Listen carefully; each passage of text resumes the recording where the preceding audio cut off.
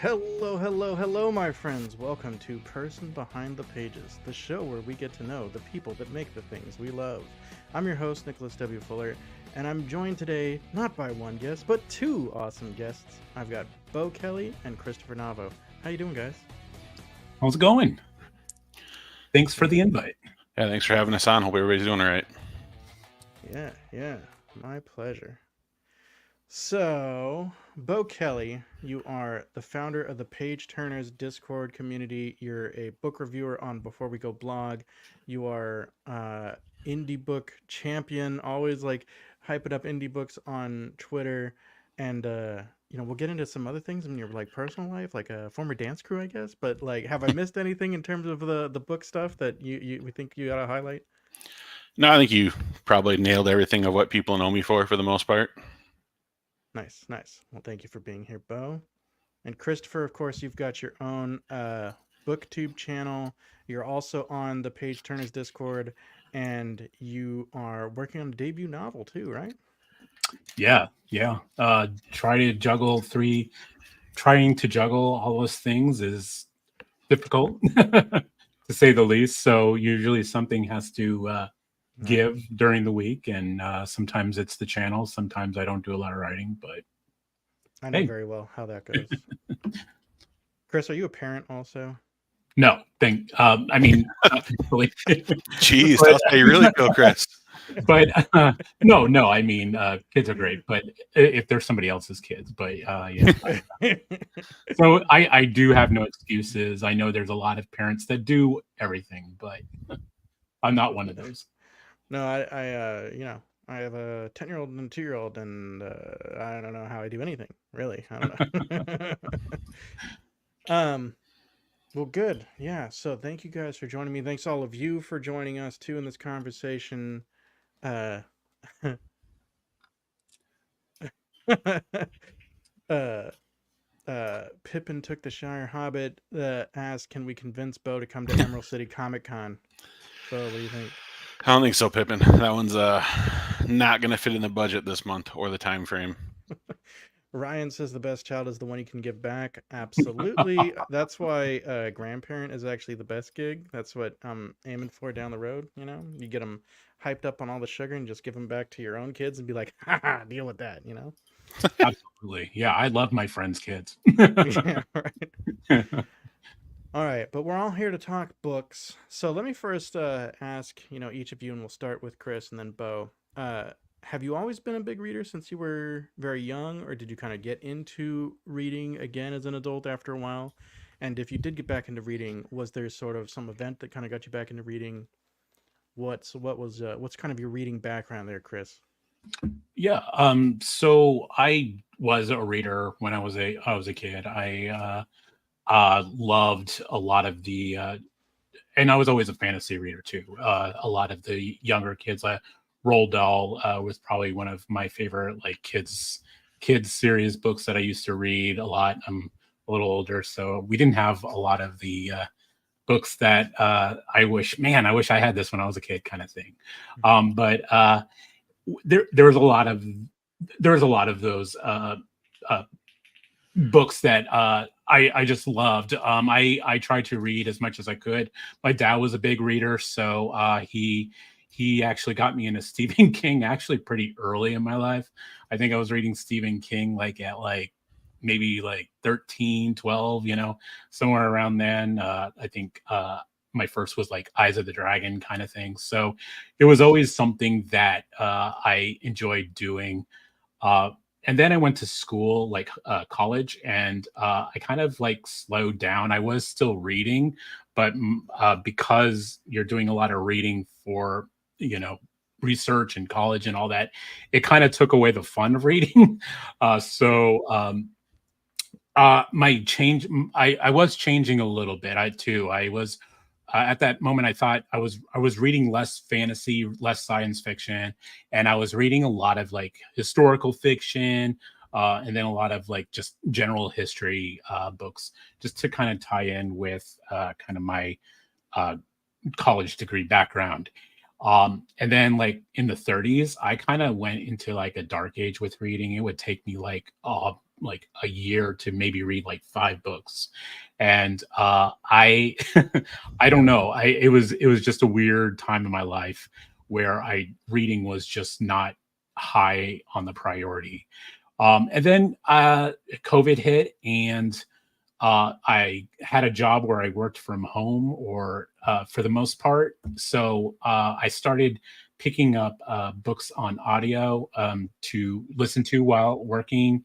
And because I was a one man team essentially from Seattle. So that kind of got me back into reading.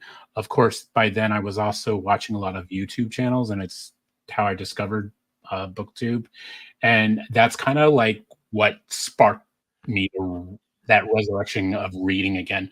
So there's a lot of books I want to catch up on. Of course, I feel like I am behind on a lot of popular titles, and I mean it's an ongoing thing. I'm sure people who've read like 3 years on end are never caught up any more than I. Right. But there's a lot of those really popular titles that I've never read. So it's just kind of recently sparked up again for me. Nice, nice. So many follow-ups. I want to talk about Seattle. I want to talk about Pillars of the Earth. I want to talk about my mom getting me into reading. So, are you still in the Seattle area? Yes. Yep. Have you ever met up with like Bookborn and Zach Argyle or Travis Baldry? I've met up with all of them at a book signing at Barnes and Noble. Yeah, They nice. were pretty busy, so I didn't take too Sure. much of their time. But Bookborn, I had on one of our live streams with Laura when we did a Wheel of Time discussion, and that was actually my first official like meetup with Bookborn. But in person, she was kind of proctoring the this Hmm. author panel, and it had, uh, of course, her husband Zach and Travis, and then uh, Clay Harmon and one other author. And I apologize, I don't remember his name, but. Um, we it was a fun group, and of course you're there to learn people's authors processes. But then I got Nice. to Bookborn immediately. She came over, said hey, she recognized me, of course, and she was super friendly. Zach was super friendly, but of course they had a long line of people to get signings, so I didn't chat, but it was Book my first people, time, so it was book pretty cool. people are the Yeah, best people, right? yeah, they were really nice. You mentioned historical fiction. Have you read Pillars of the Earth by Ken Follett? No, I have not. That is on There's my list. A there's lot one of, more for your TBR. yeah, definitely one more on my TBR. A lot of what I've read was a little more like ancient Roman and Greek, No, that's fun. Egyptian, historical fiction, Cool. and then some of the medieval, like a lot of. I love the Tudor era and the whole Hundred Years' War and the Crusades and all that. So Nice, nice, nice. And lastly, I totally get, like parents getting you into reading. My mother was always a big reader. She would read lots of thrillers. So I would read lots of like Tom Clancy. And then I also got into a bunch of like Tom Clancy nonfiction where like he would kind of just describe like, hey, here's how the Marines are organized right now and here's their basic weaponry and whatever. To the point where 2 years ago my in-person writing group started, and one of them was in the army from the 82nd Airborne, and we were talking about like military stuff. I was like, oh yeah, this that, and he's like, you kind of know like a lot of stuff. Did you serve? And I'm like, no, I just read way too much Tom Clancy. So useful stuff, right? yeah, yeah. I read a lot of James Rowland's Okay. works a lot too. They were like very adventure-y kind of mystery kind of thing, thriller, and those were kind of like my outside of the box when I was younger, but haven't picked up Nice. his in a while. So Nice. All right, Bo, same question. Have you always been a big reader? Did you kind of get out of it for a while? And if you did and you got back into it, what kind of brought you back into it? Well, first, I think we need to touch upon the fact that Chris, refers to being in his 30s like the dark ages, yet he looks like he's still in his 30s. So I think Good point. we Good point. glossed over that part, but no, I didn't grow up reading. So I guess to kind of make a long story short on that one, back when I was in grade school, they kind of just passed you along if you had ADHD. It's a lot different than it is today now, where you can kind of go in, get diagnosed, get the help you need. Back then, you had to go through the school system; they had to identify you. So, for me, growing up when everyone was at the age where they usually were probably discovering reading and learning if they liked it or didn't, it was almost impossible for me. Like I just couldn't do it. I had struggled to do even like my own name in terms of reading and writing. So like I got all the way through into the 5th grade when a teacher that, bless her heart, finally put her foot down and realized something was wrong and worked with my parents to force the school district to get me finally diagnosed. And so I spent that summer from 5th to 6th grade, basically 8 hours a day, 5 days a week with a private tutor, which was another teacher in town that worked with me to get me up to speed. So um, eventually I caught up, was fine, but you just never really unlocked that passion. Like it was a chore for me. It just wasn't fun. So I didn't get into reading until the summer of 2021. And what ultimately led me getting into reading was, which is a little bit of a dark subject, but I'll try and make it as light as I can, is my mom passed away. And I was the one to find her. So, which is something don't wish upon anybody to have to be in those shoes. But my normal releases for stress or for any sort of activity like that was movies and video games. And in a situation like that, it just doesn't, it hits a little different than losing, like a grandparent, an aunt, an uncle, a friend. Like it's just a different vibe. And it just wasn't working. And I was at a breaking point and needed something. And I had flown my brother up to spend a week with me to hang out and keep me company while my wife was gone on a trip. And during his downtime every night, he would read because he's always been a big reader. And so finally one night I asked him what he's reading. He told me, and it was the final book in the Wheel of Time series. And he's like, I think you might like the show that's coming out for it. And so we watched the trailer and it looked interesting. Knowing nothing about it, I was like, well, that looks pretty cool. And so ultimately Wheel of Time ended up being the first book I picked up because I would read as an adult every once in a while. I'd read like a biography on somebody because I like learning, or I'd read tech books. So like I was actually in the process of, when that was happening, kind of off and on reading a book on the history of Android, the operating system for mobile phones. And so once I finished that, I decided, you know what, I'm gonna, like you do, super casual. yeah, like just for me that was reading for me. It's like I want to learn something, I'm gonna read, and that's it. And so Okay. Once I finished that, I decided, the show's coming out. Let me try getting into the book a little bit because I had read Ready Player One years back, and then watched the movie and was, me and Aaron in the Discord can be disgruntled about this one, but I absolutely hated the movie in comparison to the book. I mean, if I didn't read the book, I would have liked the movie, but that's the first time where I experienced what my brother would always tell me about. The book's so much better. Don't watch the show or whatever. And I'm like, well, yep, that was the one that I should have. And so I decided I was going to try and read the book to see how much different the book was from the show. And so I ended up reading the first 4 books before season 1 of Wheel of Time was over. And I started like probably 2 weeks before the show started.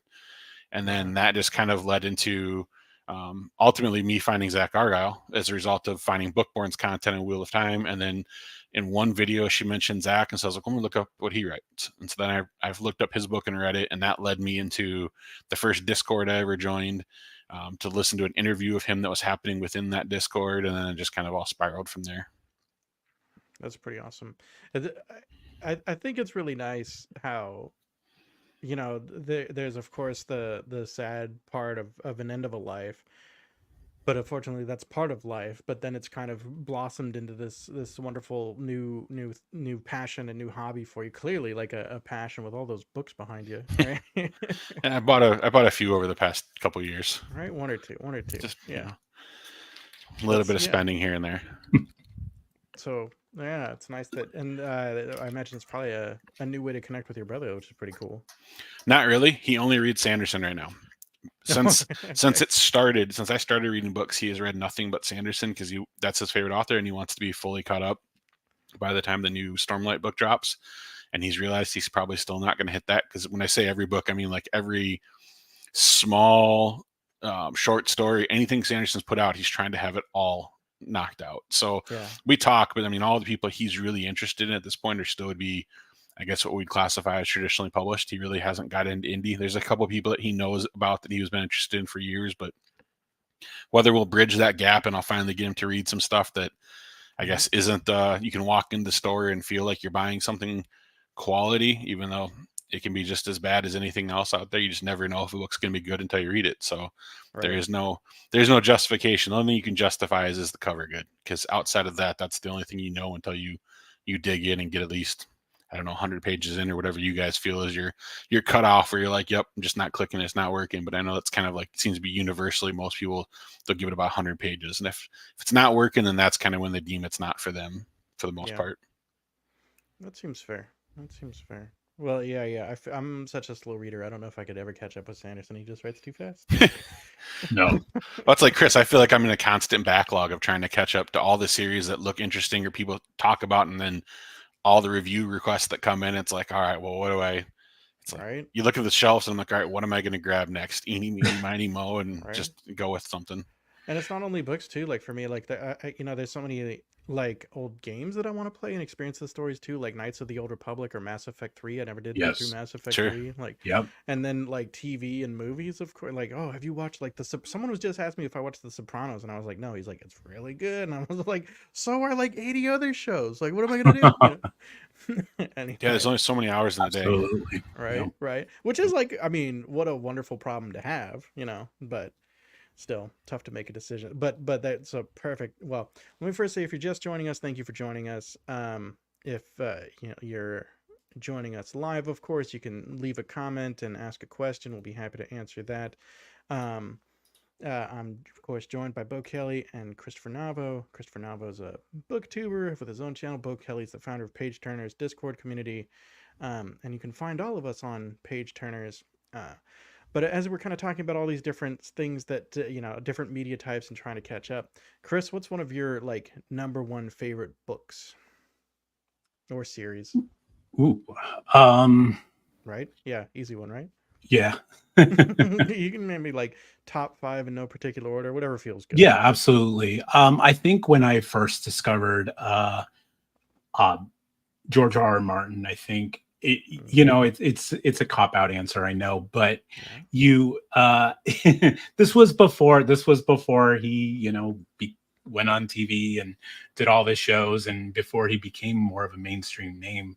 But I remember reading that first Game of Thrones book, and just the way George handled multiple POVs very quickly, and you're still able to keep track of who's who.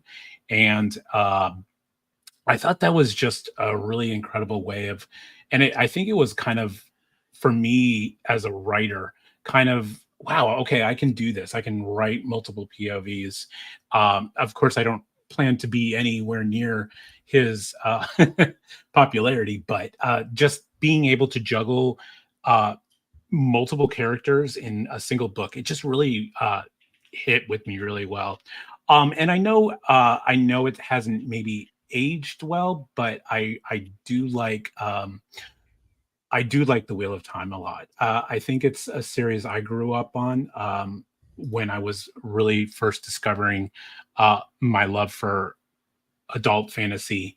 And I think, to give you my age, I think only like 6 books were published at the time, so I was waiting on those books, and of course I was waiting on them when it was during that slog moment of time period.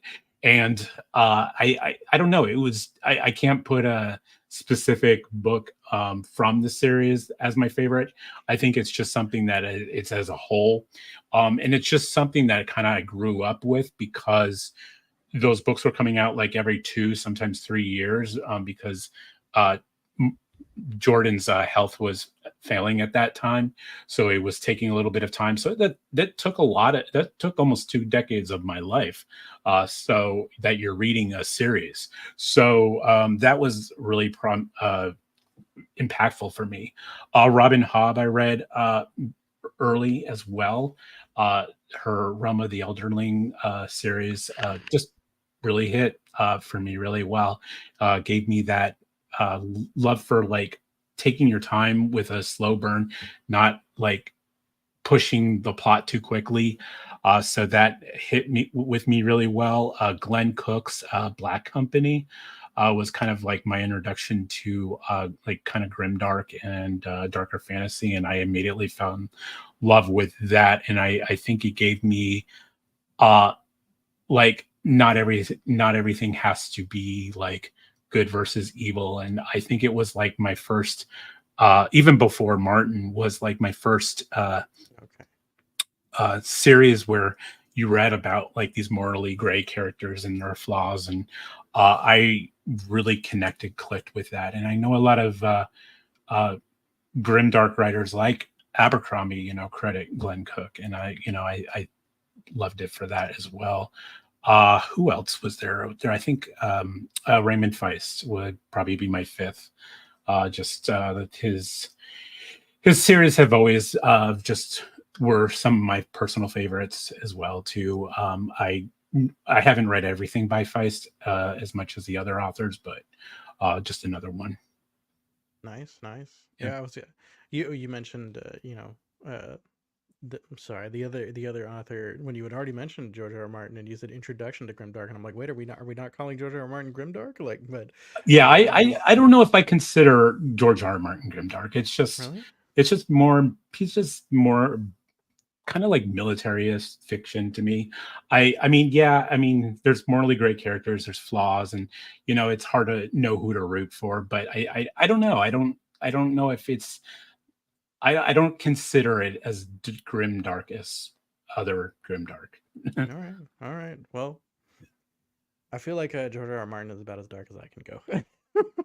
but I respect it. I think that's the thing with grimdark. There is no clear cut definition. Like everyone's definition of what it is so different. It's the one genre like no one can give you a really good answer because it's so. You think that's the one genre? wide. I feel like there's So wide, no yeah. genre. I mean, I was on a panel like a few weeks ago where we were talking about how sci-fi is more than just space opera, and we couldn't even completely agree on like what was space opera and what wasn't. But I mean, think like you can get a better feeling of what's sci-fi though, and like where at least to some degree where it's going to fit in. Whereas like grimdark, no one seems to have any clear clarification. It's just kind of everywhere. Ryan's got it. It's grim and it's dark, folks. Come on, thank you, Ryan. Appreciate you clearing that up. Bert's got me. Bert's got my back. yeah. Bert agrees with you that J.R.R. Martin's not grimdark. So that's it. Battle Royale. We're gonna throw you all in a cage and we'll see who comes out alive. 4 nerds enter, 1 nerd leaves. Boe, favorite book? That's a tough question. You had that before, asked me that a while back, and I had to sit and think about that. I don't know that I have a favorite per se yet. It'd probably be, if I had to pick anything, it would probably be kind of a combination of the Green Bone Saga by Fonda Lee, just because it was the first book to ever make me realize like I could get emotional from a book and be on the verge of tears. Like, just not something I thought was possible. I'm not the type of person to cry a whole lot in general, and then for a book to bring me to that versus like watching a movie or something was nuts. And then as you can kind of see right here, a little bit of a Skyward fan. Nice. That's the US covers. That's the UK covers. I couldn't decide. Borderline hoarder, both? I know. So yeah, so I was like, well, I guess I'll just get both. And so that's kind of like, I would say this is everyone has their go-to read when they I guess they need to feel good, like they're in a reading slump. Like that's the kind of like, I suspect this is what I'll go back to whenever that day comes. Now, granted, I have a whole lot of stuff here I haven't read yet, so there's plenty of things to keep me occupied, but like that would probably be my comfort read, just because it's just, I equate the main character with my closest friend in gaming. She's a 1-for-1 in my opinion of the main character in that series, and especially in terms of the sass. So like as soon as I started reading this, I was like, I just found your autobiography. You need to go read this book. Like this is you 100%. That's pretty fun. And so that would probably be like what I'd go to. Outside of that, it would probably be up here. My man Years of the Crew.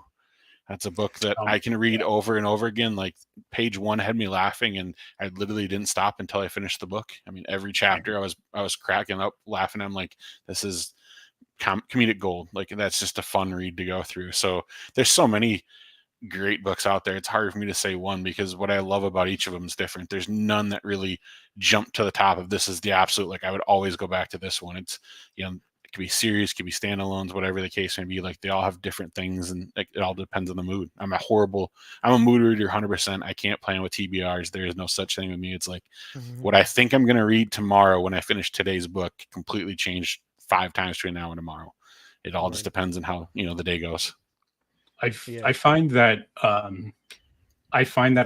it's working better for me to have 3 or 4 books going on at the same time.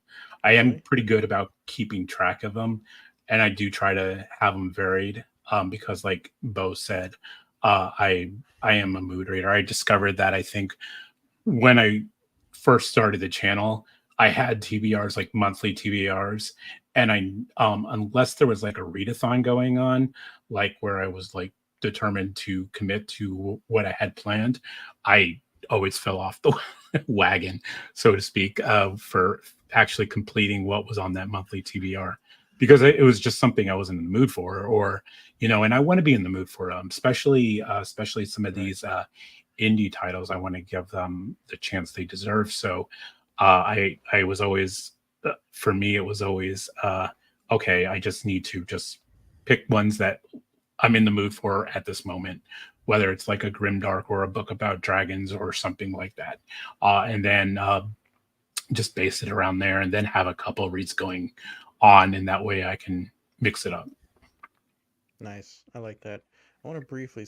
I'm gonna still playing with StreamYard. Yeah, okay, that works all right, even with that longer message. Hi, Brian. Thanks for dropping in. Really appreciate you saying how awesome we are.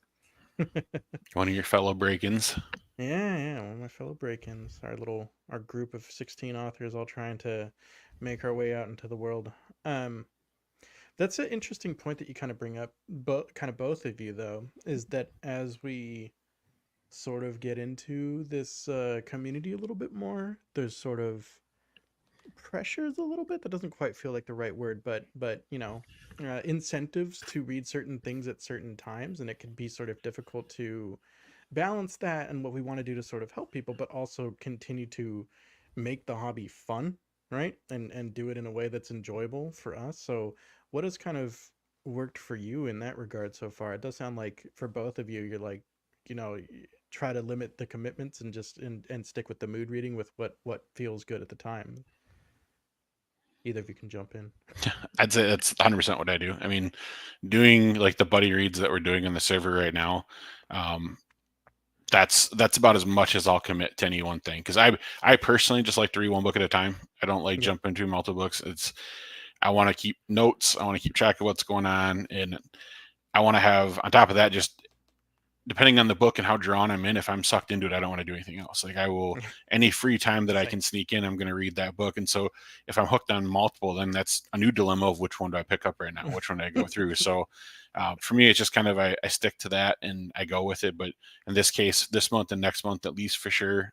Well, actually, I think the next probably 2 or 3 months, it seems like I'm lined up where I've agreed to be part of some different buddy reads. So that's about as in depth as I'll probably get outside of like what Christopher said before of, participating in readathons like I've done in the past. Then it's more of how fast can you churn through it because you're trying to get points for your team. Right. And I think at some point we'll probably host some stuff like that in the Discord because people have asked about them. But and I think there's value to those things, but at the same time, I also don't personally really like them a whole lot because of the fact that you're just trying to churn through stuff. Like I want to enjoy the story from start to finish. If for those types of events, I don't do reviews. It's got to be a book that I'm not planning to review, or at least for sure probably wouldn't put up on the blog, maybe just a good review, because if I'm going to do a review, I want to be able to give it as much detail as I can and really think about it Sure. so that I can write the best review possible versus just kind of slinging something out there. And I feel like in those things, I'm turning through them so fast, just trying to get the points done, that it's just kind of a one and done and move on. And I don't really think about it like the way I would for a normal book. Bert says your buddy read coordinator lives, and Bert He is the is the buddy read unofficial coordinator. buddy read coordinator. Yes. He keeps plugging them. So Right. Chris, let me actually ask you like a slightly different question. Um, as a you're working on your debut book, so you're a writer, and you know how hard this is, and how much like as a writer, your blood, sweat, and tears goes into it. Does that make it for you like harder to do reviews? Um, I, I'm understanding. I'm learning things as I go, and I'm understanding the importance of reviews. And from the authors that I have talked to, they're they want those critiques, and I do have a couple. I do have like a one group that I have shared Oop. my work with a little bit, and getting that critique is really important. So when I'm reviewing the books, I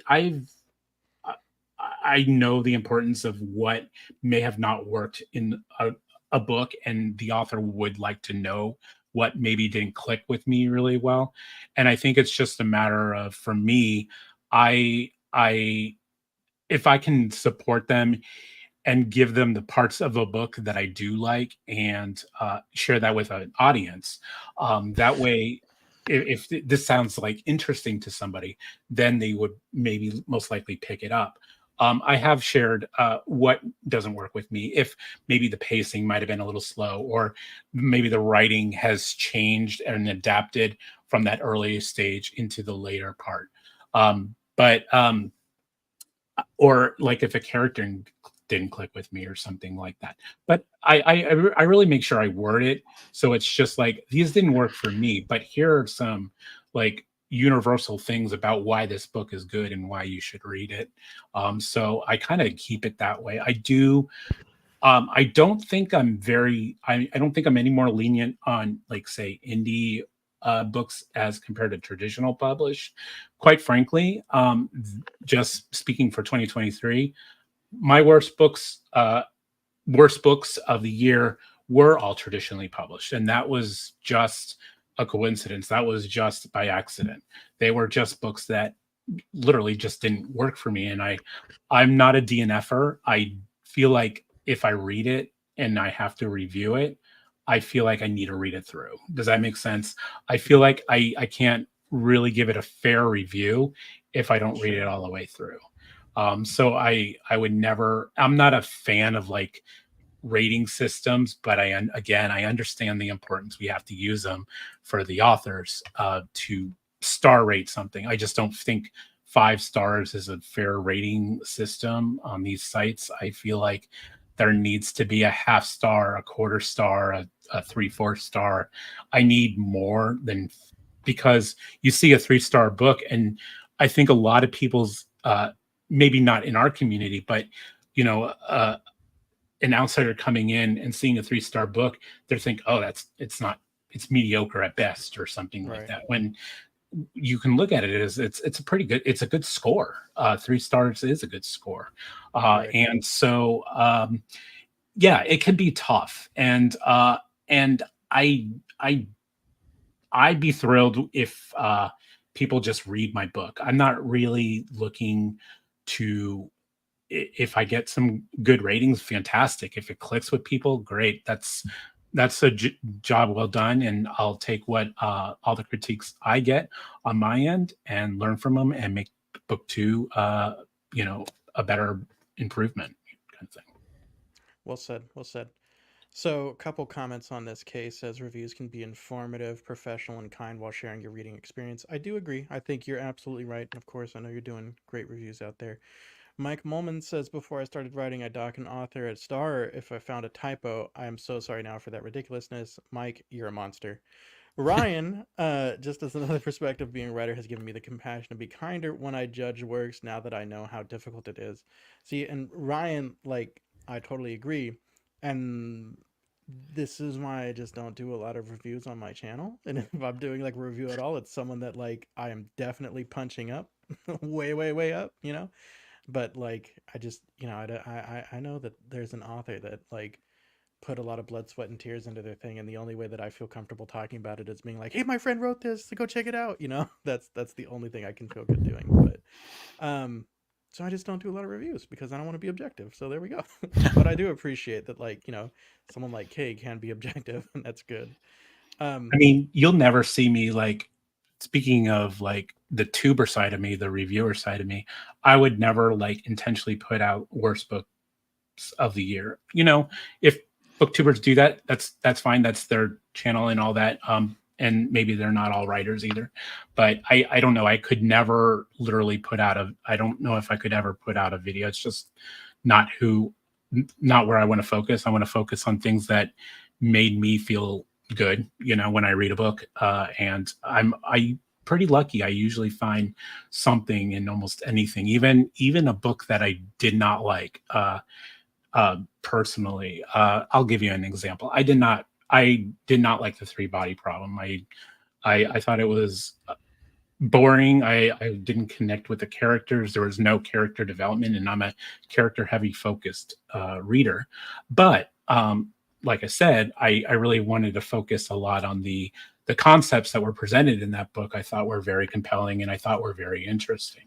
But I am a character focused reader, so it did not click with me. Sure. Kind of.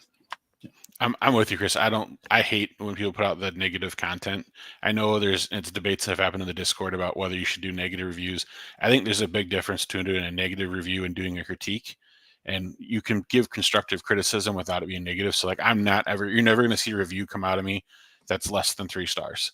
If it's a 2-star book, I probably DNF'd it, and if I didn't DNF it, there's no reason for me to put that out there because there's enough negativity in the news and social media and experiments they run on. It's like I just don't want to add to that. I'd rather focus on uplifting and shouting about the things that I love and let the things that I didn't like just lay in the background. Like that's where they belong. They don't need to have more focus on if I feel like it's bad because I want people to come. If they're asking me for a recommendation, I want it to be a good recommendation, and I want them to trust that I'm going to give them something that hopefully they enjoy versus something that's not. So I guess that's kind of the way I look at it. And I'm with you as well, Christopher, in the fact that if it's an indie book, I know there's debates about whether we should be easier on them or not because maybe they didn't have as much editing or didn't have this and have that. And at first, I agreed with that. And then the more I got into it, the more I read, the bigger my collection got of indie books, which is, I'd say I've got probably more indie than I have anything else at this point, is that if indie wants to be seen as good as trad, then they need to be reviewed as good as trad. And so if your book needs to get there, whether you're doing it yourself or whether the publisher's doing it, at the end of the day, if the story's good, it's good. And if it's bad, it's bad. Yeah. That's where kind of the dust settles with me in that regard. And so I treat them the same. I might let little things, like Mike said, like a couple typos slide here and there, but I'm not going to just be overly nice because it's an indie versus a traditionally published book. Like at the end of the day, the writer needs to write a good story if they want a good review. Right. Absolutely. Yeah. No, yeah, I totally agree. Basically with everything you're saying. Yeah, and I think, Chris making the point basically that, a more critical and constructive feedback makes you grow. I totally agree. And Yeah. and that's Yeah. that's good. And I'm glad that there are people there that are doing it on YouTube and other platforms. For me, I'm kind of like a little like Bo. I just want to say nice things and I want to make people laugh and smile. But I will rip you apart if you ask me to beta read your work, or if you ask me to, before, and I'm giving Yeah. my feedback to you privately. That's a Yep. whole other story. And let me tell you, every Saturday morning I get together with my in-person writing group and we just destroy each other, and it's beautiful. Yeah, if it's a review copy and I don't review it publicly, it's a private review of the author, and I will be very blunt of here's what I didn't like, here's why. I mean, I think that's fair to them. If they sent Yeah. you a book, if you're going to be negative about it, let it be private between them and not hurt their rating. Because at the end of the day, just because I didn't like a book doesn't mean it was a bad book. It just means that I'm not the right reader for it, and somebody else may really love it. Nick the Shredder Fuller, beta reader extraordinaire. I love it. I want that There on you go. my tombstone. Nick the Shredder Fuller. You Do I need the get mask full- you need the mask from the Ninja Turtles. Yes. Yeah. I love the conversation we have going on. Thank you guys for engaging in the conversation. This is great. And it's perfectly into to my next question. The book community is such a wonderful community. The book community at large, that, especially the indie book community, but trad, everyone, I think, and I love it. I love it. So, what are your favorite things, Bo, about the book community, especially kind of having come into the book community too at not that long ago and at sort of a tender time? What's been one of the things that's really stood out to you and been welcoming and wonderful about the book community? Generally, just the positivity. I think most people are very open and very welcoming and acceptive of whatever it is that you're into, whatever questions you have, like understanding, and will point you in the right direction with stuff. We'll try and give you recommendations. I don't think anyone, for the most part, unless they're just a jerk in real life, is going to treat you poorly. Like they're there to talk about a hobby that they love. That normally, for the most part, I mean, let's face it, reading is an isolating hobby, just like writing is an isolating hobby. If you don't have people to share it with, it can become very lonely and very depressing, just as much as it can be rewarding. And so having that, I think people in the book community love to talk about the books they love, and they will talk your ear off if you let them. And if you ask just a couple of questions, you instantly are welcomed in like you're part of the family. And I think that's the biggest part. And bouncing from different discords like I have before starting the one that we have today, like, I saw that across all of them. Like there was never one place where I felt like anyone wasn't willing to welcome people in open arms. There's some that might do it better than others in certain aspects or certain things that they focus on, if that's their kind of niche for their community. But at the end of the day, like everyone treats you like a best friend from day one. And I think that goes for reviewers supporting other reviewers. That goes from authors supporting other authors. You can definitely see it. It doesn't take long to put the strings together and figure out where the clicks are. But even if you're not part of that click, they're still going to help boost you. And as long as you're nice to them, they're going to be nice to you. Like nobody's intentionally trying to be mean to anybody. So it's, that whole all tides raise all ships or whatever it is quote. Like, I mean, that just kind of is all throughout the book community, no matter where you fall, whether you're a reader, reviewer, or an author, like everybody wants to lift everybody up because it's just, I don't know, it's the least toxic of all the hobbies I've ever had. I'll say that. Which I did not expect. I mean, usually something like this, where it's so opinionated of this is what I'd like to read, you would think people would be far more judgmental, but they're really not. I mean, as a former video gamer, I know you play a lot of video games. I play a lot of video games too. There's definitely the toxic communities there.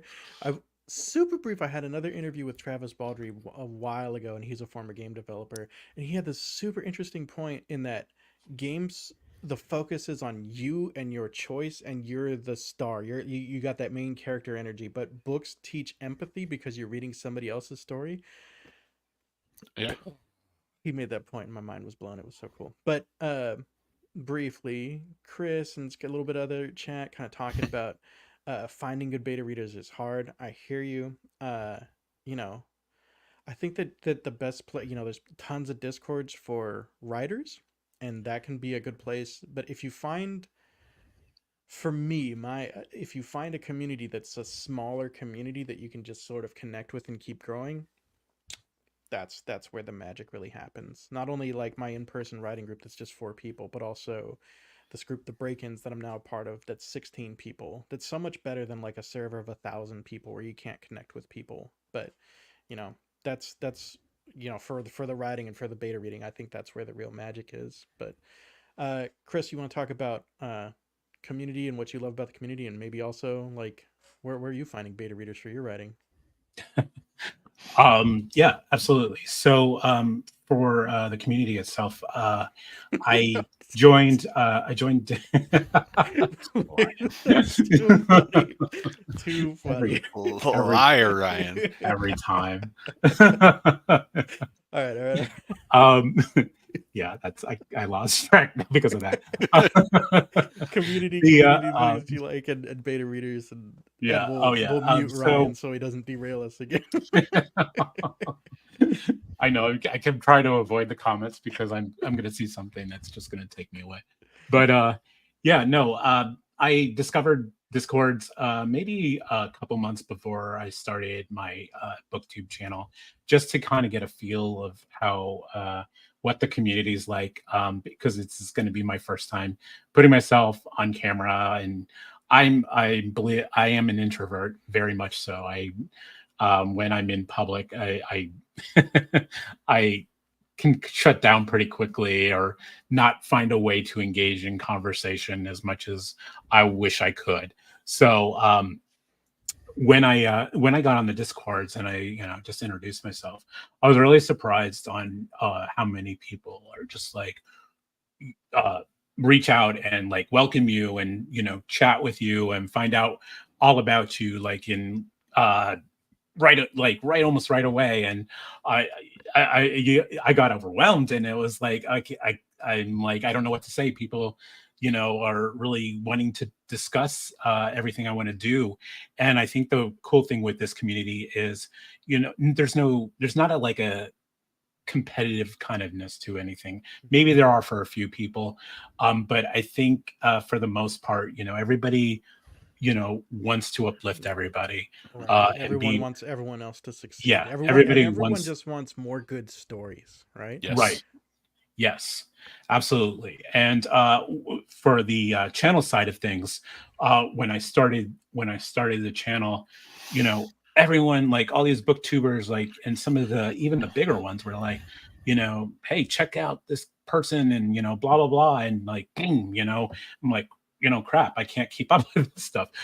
So I thought I was gonna be sitting at like 10 for like months, subs, and just kind of grow it slowly. But everybody was just like giving you exposure and talking about thing, and it just comes down to just having these conversations about books we love. And yeah, we joke about when we have contrasting opinions maybe on a book or something like that.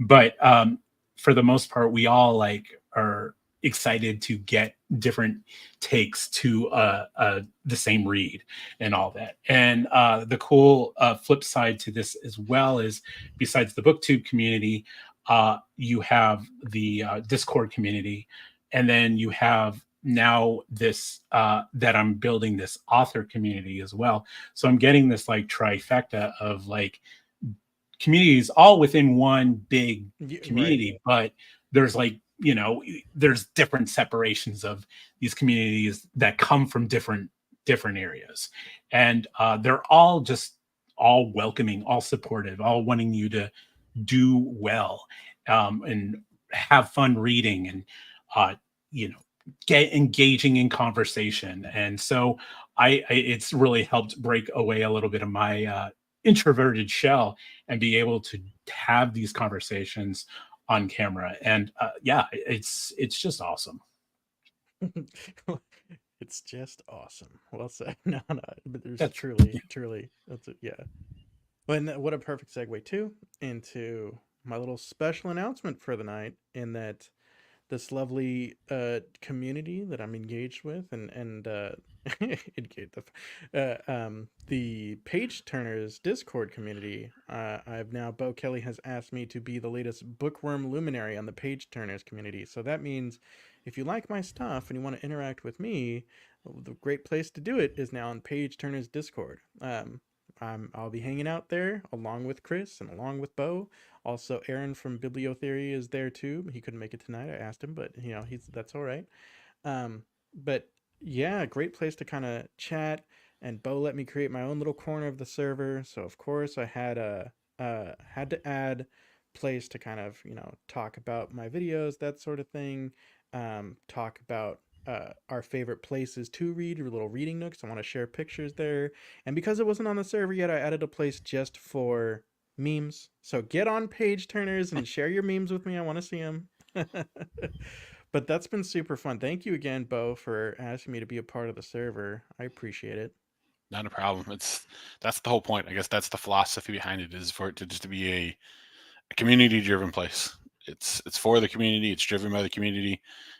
Myself and the quote unquote staff, and that's something at some point we might have to phase you guys into a little bit more of a staff role as things continue to grow, to help out with some of it. But it's always to be that it's there as much as we can. We'll let the community kind of run things and step in when need to be to make final decisions of things that just don't fit the overall vision for the community, or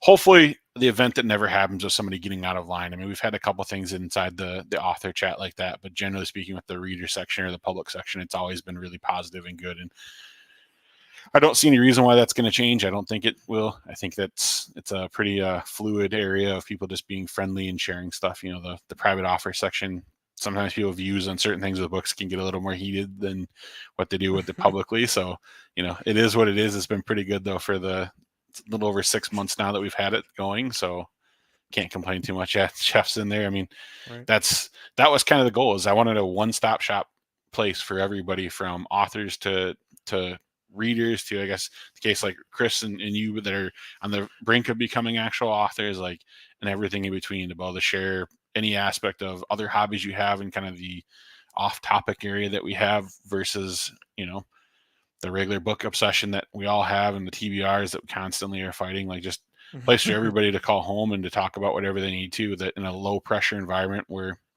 they can just relax and have fun. And it seems to be working. People seem to be enjoying their time there, and we continue to grow slowly but surely. So absolutely. No, I think you've done a great job growing the community. One of the things that really impressed me too, as I was kind of, lurking and checking things out, was the way that you actually say hello as a person to everyone that joins, and you kind of are engaging them in the community, which is super nice. There's so many Discord servers that are these massive sticker bombs. Yes, yeah, right. You join and everyone gives you like this little sticker, and that's sort of fun, I guess. But like, there's after that, like, it's just it feels like you've entered a new high school, right? Yep. it's like, oh boy, there's these clicks, there's these different topics, I don't know what's going on. Whereas what's nice about, yes, Bo does a great job moderating, as Ryan said. And it feels welcoming at page turners, which I thought was really nice. And there's a question as you're kind of joined, and you're sort of encouraged to answer that, and people will engage with your response to that question. It's a different vibe than entering a new high school, which is really, really good. We try. I mean, that's been my takeaway from all the discords I was in previously, from audiophile stuff that I'm into to video game servers I'm into to custom mechanical keyboards. Like, so many of them are the same. Like I said, you join and they hit you with a sticker blast if you get anything at all, or like you said, you just walk into like this void where everyone kind of like looks at you and waits for you to say something. And I didn't want that. Like, I wanted people to feel like they're part of the community from day one. And so thought about how we could come up with a unique question that I didn't think it was really that hard or that unique, but I see it at least once a week. Somebody will be like, "Oh, that's a hard question. Like, I don't know how to answer this." And so I'm like, "Okay, well, I guess we did something good enough to get people to stop and think." And then usually you see reactions afterwards based on, what somebody answers it with. Of, either that's a way for them to get to know somebody right off the bat or whatever. Like, that was kind of the whole point, is just get people to open up. And from there, it's just, you guys have all started to welcome people in. Other people have done it from time to time. Like, it's not just me. I'll say it time and time again, it's the community. Like, it's not, I maybe have founder as the guy that started it, but I don't think of it as my server. I think it was everybody's server, and everybody has a part to play there, and to fit in and to feel welcome. And everyone seems to be doing that. So I guess the spirit is doing well there with everyone. Yes, well said. Yeah, I think just because we're on putting Bo here on the spot, I do want to say that Bo was probably like one of my first supporters, not only as a booktuber, but just as a kind of a Discord community member. And that was back when he was on the other Discord Keymark. And because it came right at one of those readathons, and it was kind of like how I established kind of like a connection with Bo almost like right away. And he was just always one of those people that just reached out and supported me. He invited me on he invited me on page turners like months ago, and I think I was kind of like taking a booktube break and taking just kind of a hiatus from a little bit, because sometimes I need that. And he's like, it's still there. This, the offer for being on the channel is still there. Really just awesome person to have in the community, definitely. Also, I agree with Mike. I think Bo's actually collection of clones because he's everywhere. Yep. It felt like it for a while when I was juggling managing 2 different servers. That was a lot. And I got to be between helping to run the Indie Accords and run Keymark. That was a lot of back and forth between servers of setting things up and helping with events. And it's nice to just have one now. Yep. All right, so we've talked a bit about books. We've talked about wonderful page turners. I want to get in, of course, this is person behind the pages. So, Bo, what is this about a dance crew, bro? Like, dance group back in the day? Tell me, you got some stories, huh? So, growing up, my mom always loved to dance. I learned to jitterbug at a very young age. It was just what we did. I love Elvis. I love hip hop is my favorite genre of music, but I'll listen to pretty much everything, including classical, like, it just whatever the mood fits. And so my sister started taking dance classes at a local dance school that was well known in our area for ballet. They've won competitions all over the country for it. And I would go and watch everybody and hang out. And they started talking about wanting to do hip hop classes. They'd got a new instructor in there who had a background in it a little bit back before it was as mainstream as it is today. And she was starting something up. My mom thought it'd be a good way for me and my brother to bond, or for one of my brothers, I should say, because I have 2 older brothers. They're both half brothers. One lived with us, one lived with his mom. So the one that didn't live in the house was also open to trying it. So we got signed up for classes and started taking classes there. Yeah, it's true. And that led to within about a year, they started to do a competition team because they wanted to establish the school as more than just a ballet school. So I tried out for that. And the catch with that was if you were on the team and you made the cut, you then had to learn ballet and tap because you had to compete in all the stuff if you're going to the tournaments to keep the school's name alive of all the different areas. So for about 6.5 years, I took tap, ballet, and hip hop and competed across the country in different competitions. Hey, Joe. And so that worked out well because I was also in martial arts at the time, and any martial arts instructor that you know will tell you that ballet is great for martial arts because of just the balance and the coordination with it. So the 2 and 2 went hand in hand. And I have no complaints. You get to middle school and high school. I wasn't the guy on the wall, like shy and too afraid to talk to people. I was in the middle of the circle with everybody else having fun that was willing to go out there. So I think it's the best thing my mom did for me, although it was very nervous and awkward at first. Missed opportunity. Yeah. We could have, Joe. We should have gone. I know there was dance clubs there. We could have gone. I'd have been happy to go. So like, man, I'm just like, man.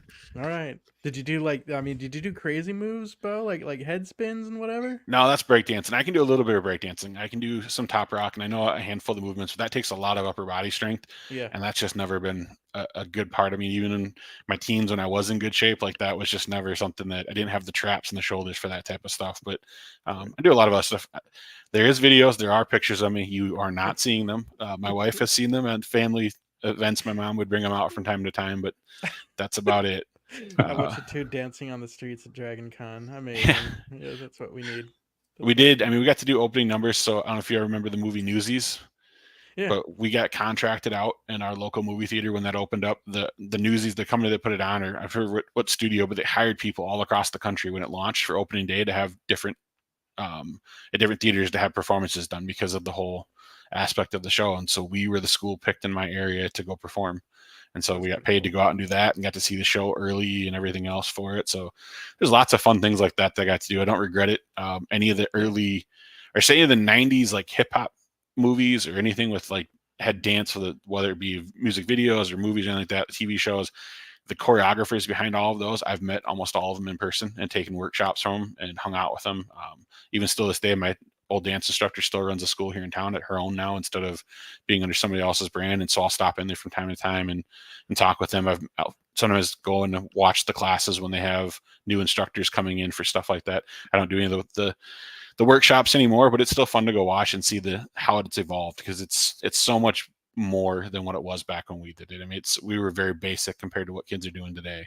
And it's fun. I'm glad to see that guys are actually in it today. Because like when we would go to workshops, it'd be like me and my brother, and maybe one other guy and like 60 girls. And they'd always throw a dance at the end of it. And I'm like, well, we're not going to be standing around. We're going to have lots of people to dance and hang out with, but like, it's also very awkward being the only like 3 guys here. Awkward. Yeah. I mean, when you're young, you're not thinking the way you're thinking now, Nicholas. When I got older, yes, it was great to be one of, right. that was a perk when later on, but now it's not starting out. My dad would have called that a target-rich environment. Yes. In the teens, sure. At like 8 years old, not so much. Sure. Fair, yeah. I remember doing community theater when I was like that age, and like, like teenage girls would be like, "Oh, you're so cute," and I was like, "I'm not cute. I'm handsome." Like, yeah, you get all offended by it because they're being nice to you. Right? Yeah. I've worn my share of hammer pants way more than I ever want to ever again. Oh, dang! Nice. Can't touch this. Yep, that was a popular song back then. Right? All right, that's pretty amazing. That's funny. So Chris, I don't think you were on a dance crew, but you did underwater archaeology? Yes. Yeah, that was my first degree was archaeology, where I specialized in underwater archaeology. I figured I'd go a little further. I like swimming. I like aquatic sports and all that. So I thought, hey, let's put it to use, and might I like swimming, make me. So I thought, why don't I just get cannons off the seafloor? That seems cool. Well, no, the archaeology came first, but I figured, hey, let's work it in, make it a little more of a adventure. I wish I could dress up archaeology to be exciting. It could be very monotonous. It could be a very long day of. You mean your days weren't like Dirk Pitt. No, Do you know? Yeah, you no, weren't no, Indiana Jones. No, no no. Indiana Jones. I did not have a whip. I had a Dang rope, but it. I did not have a whip or a fedora or anything like that. But yeah, it was a lot of physical work. Mhm. I really enjoyed it. Of course, I love the travel aspect to it as well. I specialized, you know, a little bit into ancient ancient uh, Greece, Egyptian, a little bit of Mesopotamia, and then Oh, Roman. wow.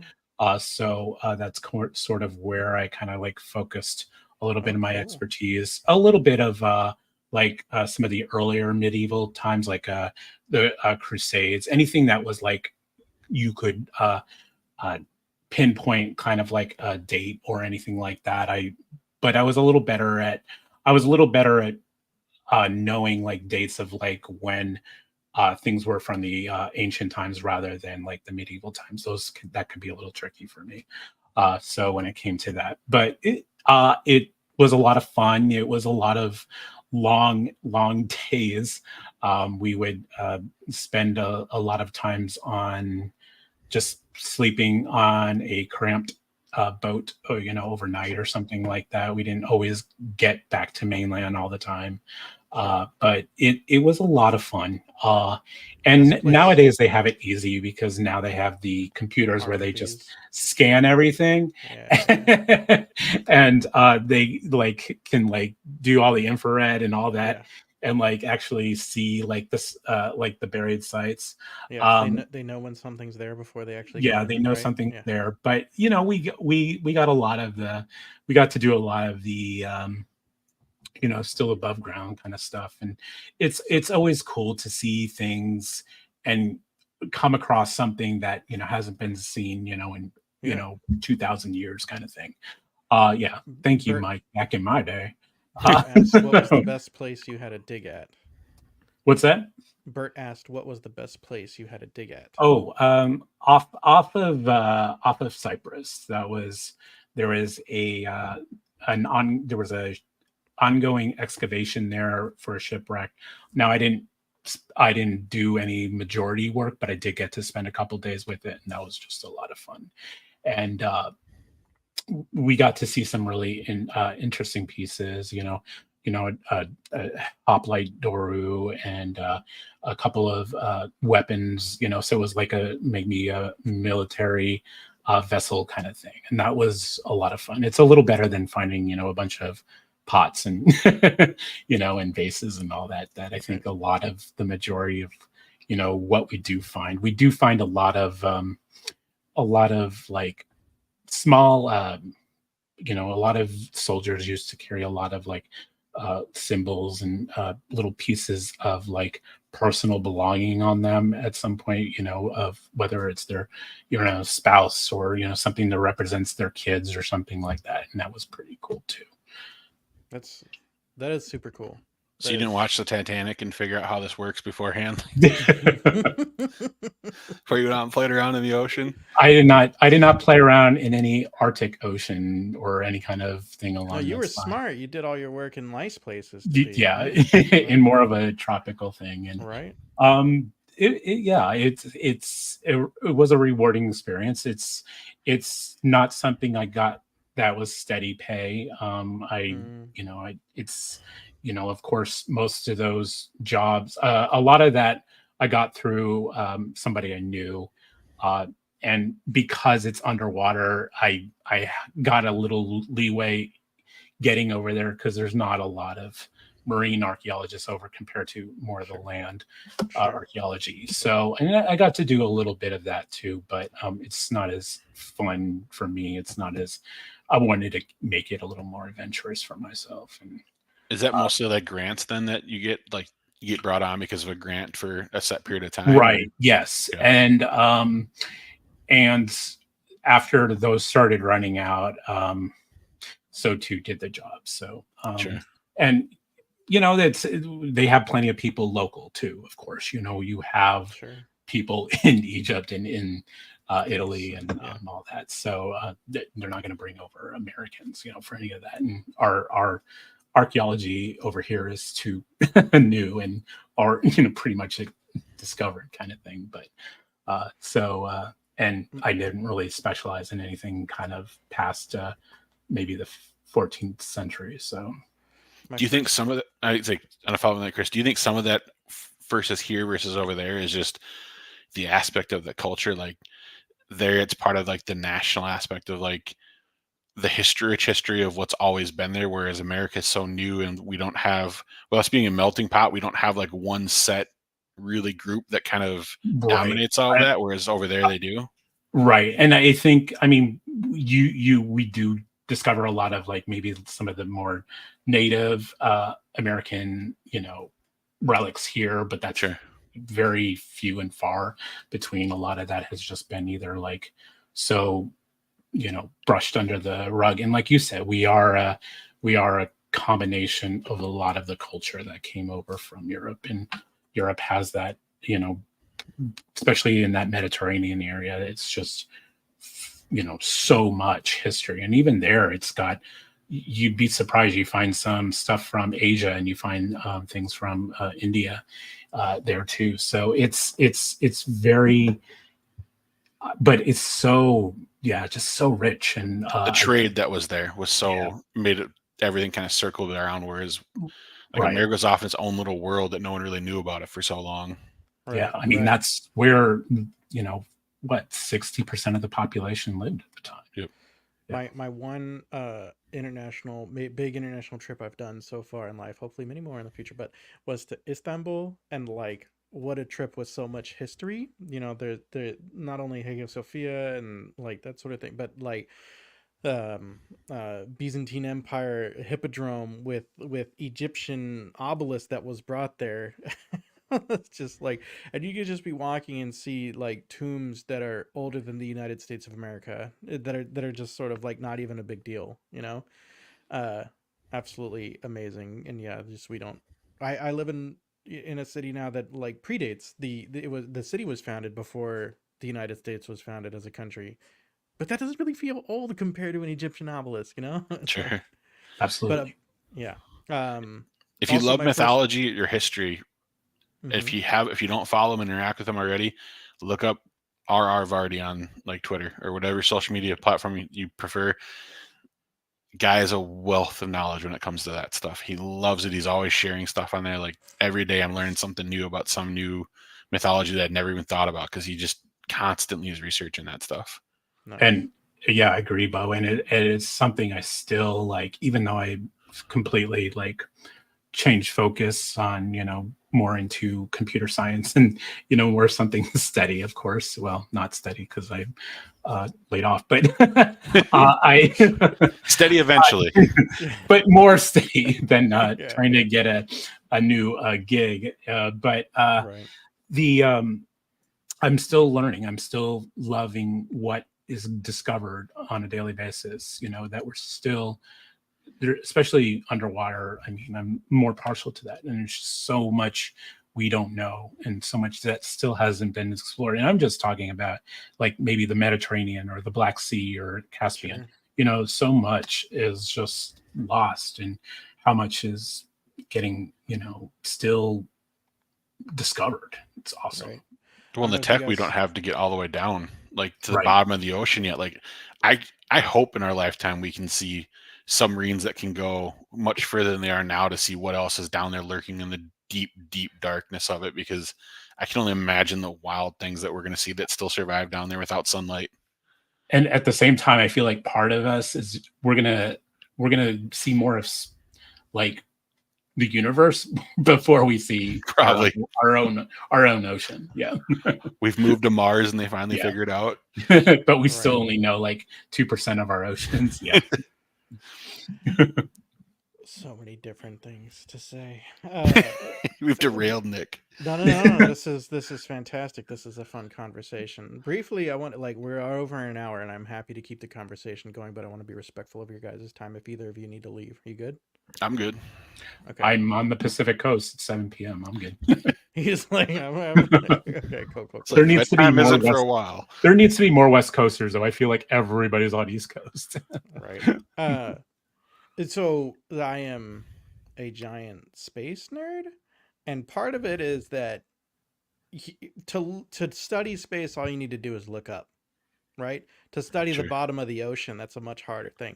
But I agree with you. There's some super neat stuff at the bottom of the ocean. It's not that long ago that we discovered the geothermal vents in the middle of the Atlantic, and discovered that there's life that feeds off the gases that are there at the geothermal vents, and it totally reframed our concept of what life could be in the universe. Because previously we thought life could only exist based on direct energy from the sun, whether it was plants or animals consuming plants or animals consuming animals that were consuming plants, right?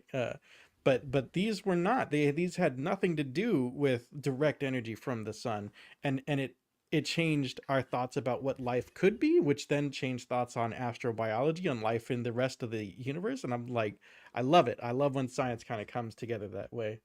Um, Also kind of talking about different history, and I love learning new stuff. I don't know if you guys checked out my little video, my first episode of Nerdy News with Nicholas, but I was talking about the richest man in history, Mansa Musa. Have you ever heard of the richest man in history?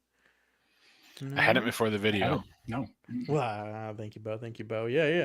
So he was the Mansa, which means king in Mali, and he was his estimated net worth was around 400 billion, so like twice as much as Elon Musk or Jeff Bezos these days, right? uh, Jeez. and he did a Hajj to Mecca, um, and as he was going through like Egypt, he gave away so much gold trying to display his wealth that he devalued gold in the area. Right? Wow. Must What be I rough to be also him. Right, yeah, no, the guy Yeah. had it rough for sure. What I love about that too is I learned about him from the Civilization video games. That's right. Not I remember that from that video. Now, when you said that, I was like, "What the? right. I gotta pay more attention to video games I play." Apparently, Because those video games, it's all about kind of playing different civilizations throughout history, and one of the playable like civilizations is the Mali Empire with Mansa Musa, and then you're kind of learning a little bit. Yeah, but so cool. I love that there's the ability to learn some from some of our video games, and there's so many rich stories in our own history that I think like are just dying to be told. So he says he's good until 7, or like he's like it's only 7, and then he just disappears. I see. All right, Chris. I'm sure he'll be back. I'm just giving him maybe a hard his time. pizza getting delivered. Who knows? If he starts eating food without us, then we riot. Yeah. Well, have you seen Monarch, Legacy of Monsters on like I think it was it Apple TV. I think is what had it on it.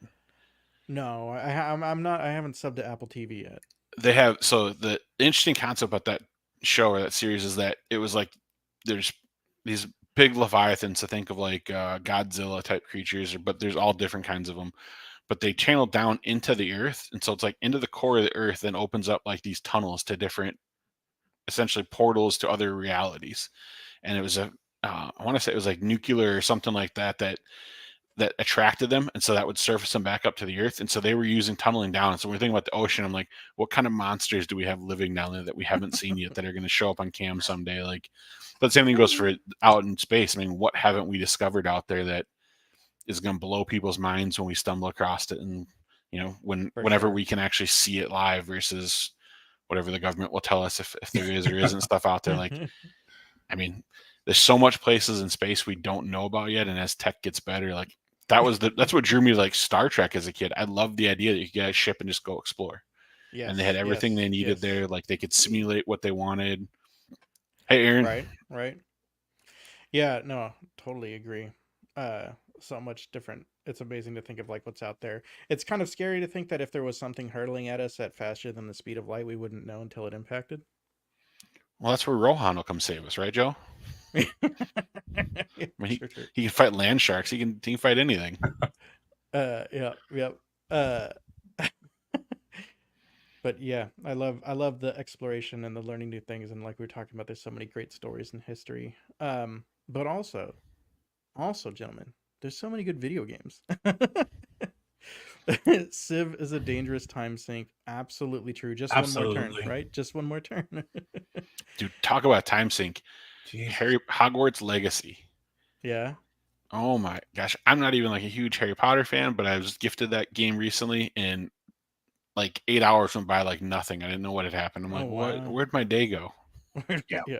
I think I spent like a good day just I wasn't even doing missions. I was just like, oh cool, let's go, to the dining room and let's go to the. Yeah, there's so much to explore. It's such a Yeah. big open world that it's fascinating what they can do with stuff these days compared to like Right.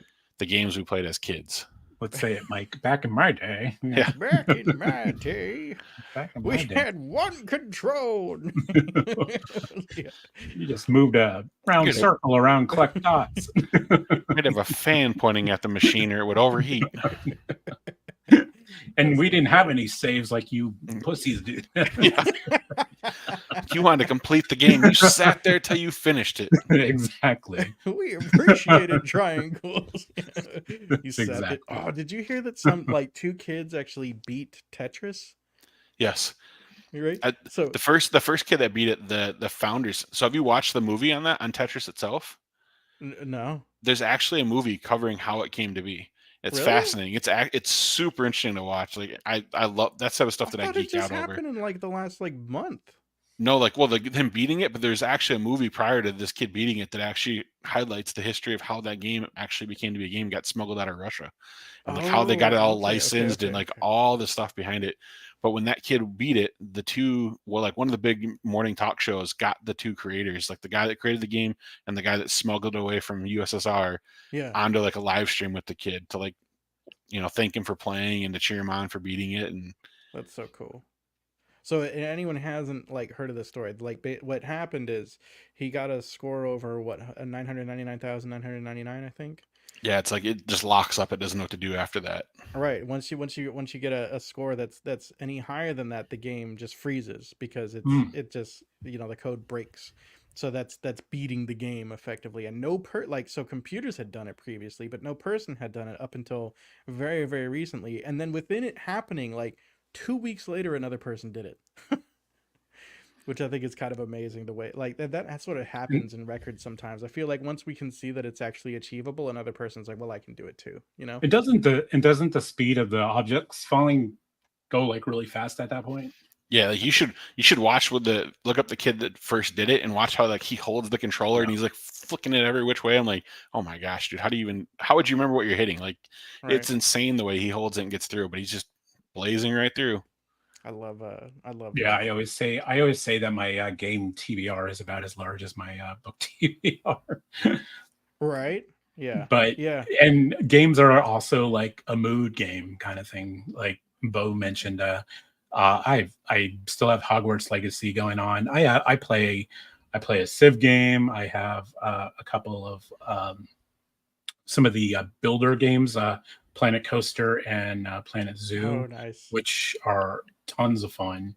I have just got Tekken 8. I have Like a Dragon, which is an RPG Japanese game.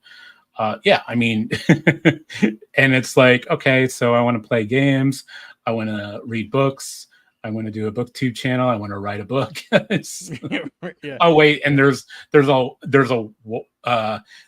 a spouse and a personal life in there somewhere as well. Yeah. Right. Yeah, for me, I'll play Harry Potter, I guess, now that I have that, or like I like to play Tomb Raider series, like single player games like that are like when I just want to just isolate and just chill and do something just to kind of waste some time, right? Whether it be watch a movie or play some storyline game.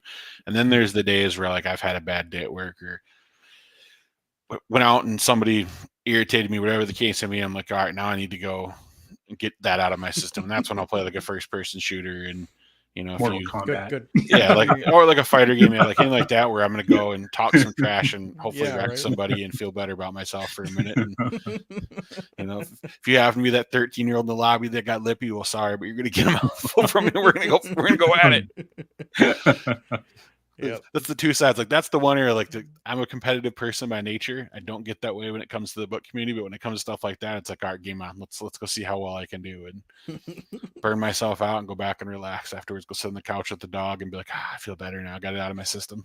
I mean, and this is something I hope to be doing when I'm like, like in a nursing home. I'm like, I told my spouse, if you have to put me in a nursing home, make sure it has a gaming system. I'm gonna have like gaming. It's Agreed. be like 96 playing video games. I'm all for it. Chris, you haven't left your room in a week. I don't care. Leave me alone. Just one more turn. Yeah, I've almost beat this level. Yeah. I almost have the Great Pyramids built. My 10-year-old is like it's on the pyramid. My 10-year-old is obsessed with the new Metroid game right now. And he's just like, he's very much like that. He's like, this level, this he just beat the game, which is, I'm impressed. Like the list of games that I've actually beat is incredibly short. If you play against him in a game, do you go easy on him? Well, I'm sure. So we haven't played that many games together. We played like Terraria. I like doing that sort of like co-op thing that we can play together. Sure. But if we're in like Mario Kart, I'm gonna wreck that kid. I'm gonna wreck him every That's time. what I'm talking about. I have Mario Kart just to put that kid in his place. You know what I'm saying? Like, my nephews will get so mad and be like, you can just let me win. No, life's not fair. I'm not letting you do anything. You want to earn it. his mom too. My wife is so sweet to both our kids, but you get her on Mario Kart, forget it, man. Like, it's pretty fun. That's awesome. Yeah, we like have you seen the game on Switch called Overcooked? I've seen it before. I've never played it, but I've seen it. I don't have Right. it. That's the one system I don't have a Switch. But Yeah, well, so Overcooked, you play these little like cartoon chefs, and you're just running around like this big kitchen together. It's fun because it's cooperative, but it's not fun when you Mario Kart equals no mercy. This man knows. This man understands. The Overcooked, you're all in this big kitchen, you're running around. Fun because it's cooperative. I like playing it with my wife. It's like, it's good sort of teamwork and that sort of thing. But then we keep trying to add our 10-year-old into the game, and he's like, you know that we could just not make the stuff and set the kitchen on fire, right? I'm like, stop that, we're trying to make sushi. And he's like, I want to watch it burn. Note to self, you're never allowed to stay home alone. It does not work out with the three of us, but it's, we try. There was this one level we were playing just the other day where there's these little mice that show up and they just take the food. If you let food on the counter for long enough, the mice take it away, but you can stop them if you like kick the mice. So we're like, Braden, we've got a job for you. Kind of worked, but so I haven't played Valorant though, Bo, so like sell me on Valorant for a minute. Valorant, sure. So it's right. if you've ever played I guess Call of Duty, CS, Counter-Strike, or better known as CS:GO, any of the traditional like first-person shooter games, and then if you've ever played Blizzard's Overwatch, it's like a mashup of the two. So you've got the traditional guns and the recoil and things like that you have from those games, where it makes it harder to, you can't just pull the trigger and shoot straight bullets. It'll kind of jump around on you. But then you have special abilities like in Overwatch. So each character has their own handful of things. Like the character I play is called Neon. She's super fast. I can, for short bursts, I can run way faster than anybody else up here time. And then her ultimate ability is like this shocking laser that comes out of your hand. So like one of the modes that they have, what's called quick play or spike rush, where you can run around and get these orbs to unlock these things super fast. Well, they give you a random gun each round as well. And one of the guns is like what they call Marshall. It's like an underpowered sniper rifle. Well, if you have that and I have my alt, it's a very bad day for you, because I can slide with the speed as well. So as you're trying to aim, I just kind of dance around the screen while I'm zapping you. And it's so OP for him, but it's a fun thing to do. Like there's a guy that named Harbor that can throw up a huge water wall that blocks. Oh, cool. Or like one of the guys, his ultimate ability is when he shoots it out, if you fall within his radius of where he can throw it out, it sucks you into a 1v1. And you each start off behind a wall and you have to peek at each other. And if you win, he dies and he's out. If he wins, he comes back into the game and you're out of the game. And so like they'll use that if those players are good with that character, which is, I think, remember if his name is ISO, he'll use it to stop somebody else's alt. So as soon as you alt, he'll alt and suck you in. Well, when you get sucked into his realm, yours is gone, but yet he's there. And I guess for people with that, it's like a character that's very good at headshots. Like there's somebody that's really good with aim. We typically use that because that's kind of the 1v1 scenario with that there. So it's just it's a fun, there's different modes for everything from competitive to, you know, just relax and get in and goof around time. But most people are pretty good there. Like any community, it can be, there's definitely toxic players. But I had friends that worked for Riot, so I got early access to play this back before it was really out publicly, and then even in the public beta and stuff. So that was kind of a nice thing of being able to have perks in it. I got the Riot gun buddy, as they call it. It's a little charm to put on your gun that you have to know somebody there to get them, or come across one of the devs in game and be nice and they'll reward you with it. So like for the longest time when those were super hard to get, everyone would freak out when they would see if I'd trade guns mid game with somebody. They'd be like, "Oh my God, you have this." I'm like, "Yeah, it's no big deal. Like I just text the guy." Like, no big deal for you. And they get all mad. I'm like, you know, if you're nice in game, that's how they reward them. Like that's literally how the devs would do it at first, is just anybody that was being nice in the lobby, they would hand them out. And it's kind of the same way in the book community. Like I try to be nice to everybody there, and that's what we do, like the giveaways and stuff like that, is all just as a way to give back. So what a smart thing for Riot to do, to try to encourage people to be nice in the lobbies. Yeah, for stuff like that, like if you've ever been in a Call of Duty lobby, those things are bad.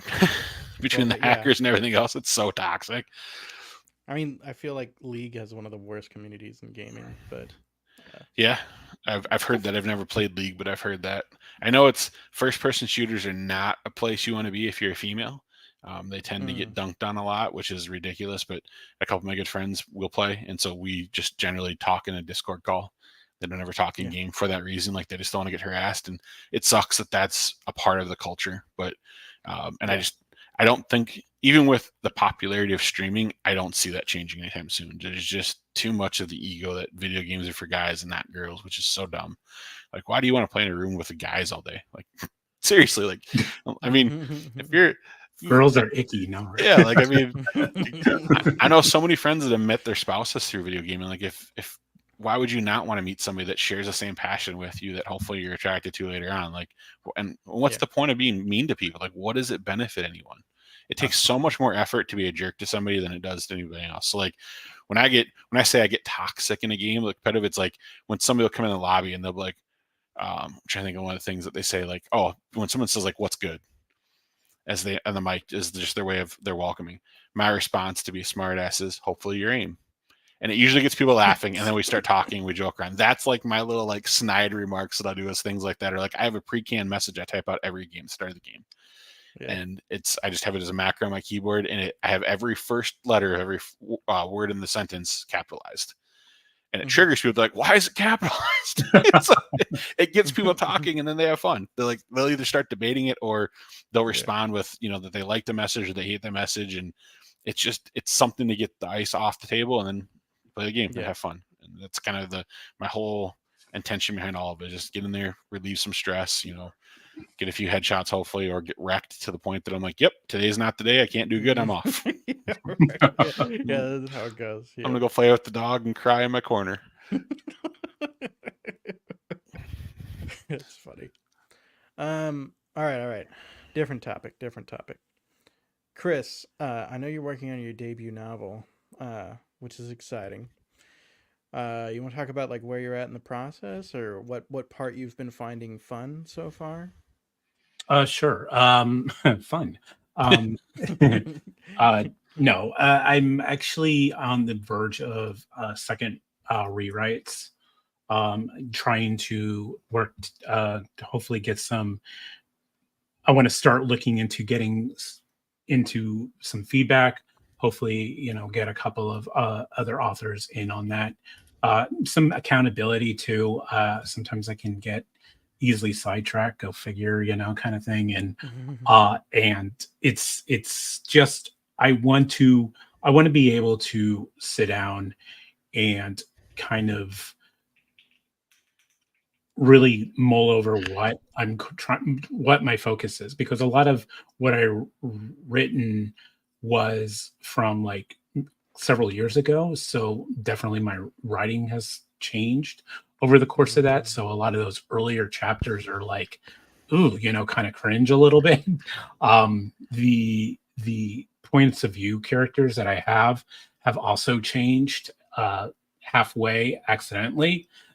So I have to go back and switch a lot of that out. So uh, it, it's just trying to get a routine down, and it's tough to have a routine. You have to Yeah. you just one you have to kind of be in the mood. There's times where I'll sit and stare at, well, not a blank page, but I'll just stare at my first draft and just like, I don't know. Maybe I should scrap it, or maybe I should see, maybe take a different direction on a chapter, kind of thing. And yeah, it is a lot of work, and I'm finding out that, and I want this to be fun. I don't want it to I don't want it to be I don't want it to be work. It is work, of course, but try to make it as less work as possible. This is Right. supposed to be something that I'm passionate about. It's supposed to be yeah, I want to get it into book format, and send it out to the world, and hopefully somebody will find some enjoyment from it, and great, but I don't want it to be something when I finish, I'm like, I don't want to do this again, kind of thing, because I have Right. a series planned. So it's never really something I want to make a negative thing out of, kind of thing. There's going to be good days and there's going to be bad days. Of course, it's any job. But you've got to really want to have that passion and have that ability to continue forward. Yeah. Yeah, I hear you. That's tough too. Like, I've I have two projects in different state. I kind of wrote a draft of one, and then I said, you know what, I like a lot about this, but I don't feel like there. I feel like there's a lot that's not working. So I put that one on the back burner and started a different project, which is the one that I'm really actively working on now.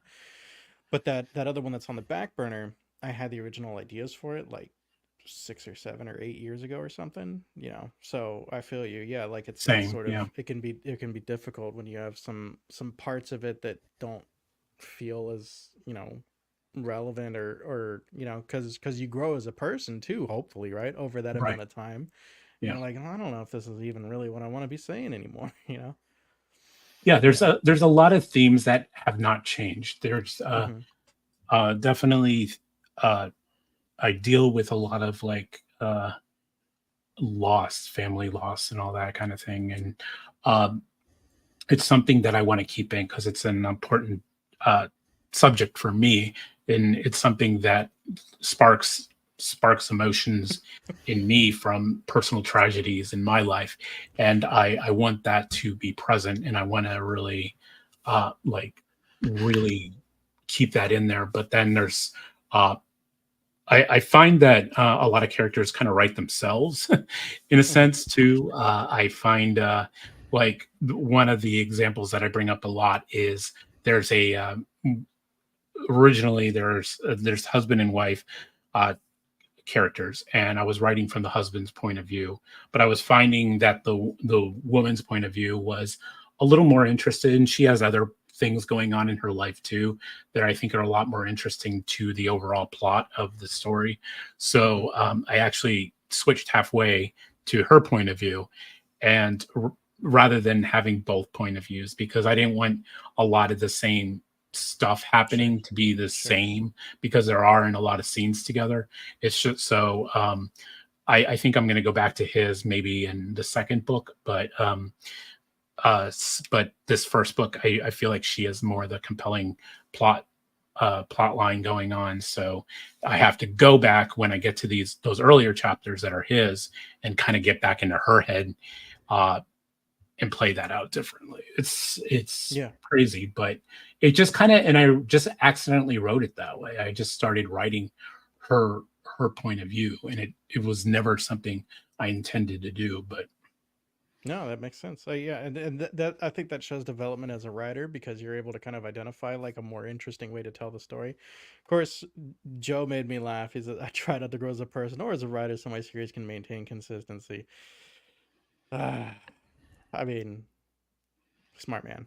That's Joe for you. Yeah, Well, right. with both your guys' books set to debut, hopefully yet this year, are you guys to the point where you guys are ready to share a blurb with everybody and give your elevator pitches to what your series are about, so people know what to expect? You guys put it on me enough. I want to put it back on you guys now. I uh I that's fair. I I want to um I want to reveal as little as possible, so that I can trickle things out as it getting close to reveal and build enthusiasm. What I will say is that it's a planned trilogy. This obviously is the first book. Um and I'm trying to go for a fun and and a fun story, sort of an action story that's going to keep you interested, and some very early readers have made comparisons. It's a science fantasy with progression fantasy elements.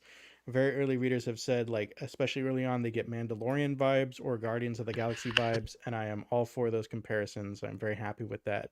So that's all I'm gonna say right now. Is that that's sort of the type of story that I'm trying to work on and be able to deliver.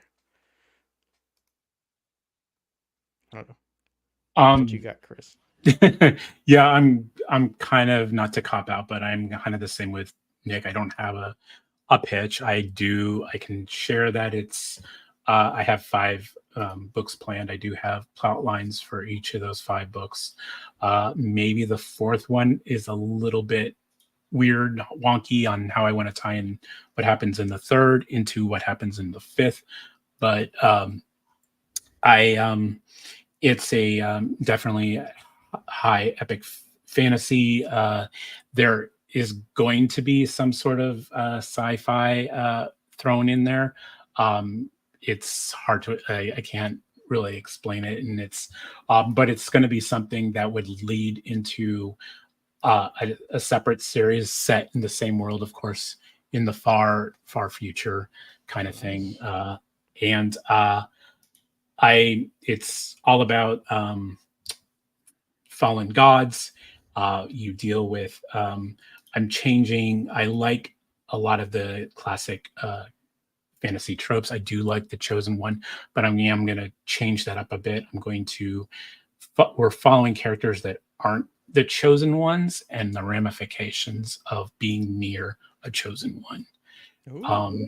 So whether it's good or bad, you know. So So it's not Frodo, it's Merry and Pippin. so think of like the people that were in like buildings like during Superman and Zod's fight, or Spider-Man and all of his Yeah. villains during like those street fights. And regardless of the good intentions Superman and Spider-Man have, you know what's going on with everybody who's in the crossfires of this. And that's kind of where that is. I'm keeping those characters. So It's I like the to pitch. be Well, no, revealed. the non-pitch pitch, I like it. Sounds fun. All right, gentlemen. I think we better wrap it up. Uh both of you, thank you for being here. Chris, I appreciate joining me tonight, and being one of these booktubers on the Page Turner server with me. Where can people find and follow you online? I have all my links to. I am on Twitter. I'm on Instagram. I am on Facebook, but not too often. Um, I have all those links in my about me on my channel. If they aren't linked here, and then of course my channel is Christopher Navo. It's my name, and but the at is at cnavo dot the next chapter. Nice, nice. And Boe, thank you for being here and joining me for tonight. And Bert is super pleased that you made your YouTube debut. Yes, he's been trying to make it happen forever. Thank you also for inviting me to Page Turners and for all you do for the indie book community. Where can people find and follow you online, Bo? Primarily Twitter is be the main place that I'm active in terms of book stuff. So you can just look me up by name, and then I've got links there to the Discord, links to Blue Sky, to Threads. I don't really use Blue Sky a whole lot anymore, but I still am on Threads. So the Facebook's version of Twitter, in case Twitter ever fully goes down, because we don't know what Elon's going to do from day to day. But that's kind of like my two areas where I do most of my book stuff, and then the Discord. So that's where you'll be able to find me the most and where I chat with people the most often. Or before you go blog, I guess I should say, because I do post my reviews up there. So I'm part of that team as well. So it's another good place to check out for lots of fantasy, sci-fi, horror, a little bit of everything happens over there. Just to add one more joke, there was this great meme I saw of Elon looking sad. It was saying like his rocket blew up and his business lost 40 billion. He's not the richest man anymore. And I'm like, this needs to be a genre of like sci-fi country music. I want it. Anyway, thank you all for being here. If you haven't gotten subscribed yet, please go ahead and click that subscribe button. Give me a like on YouTube. Appreciate it. Gonna do a couple more lives this week. Talking to Sam Paisley tomorrow night at 9 p.m. Talking to NJ Alexander on Wednesday night at 9 p.m. And then talking to Joshua Walker on Friday. That'll be noon Eastern time, which is acceptable time for him as an Aussie. Nice. And yeah, if no one's told you today, you're an absolute legend.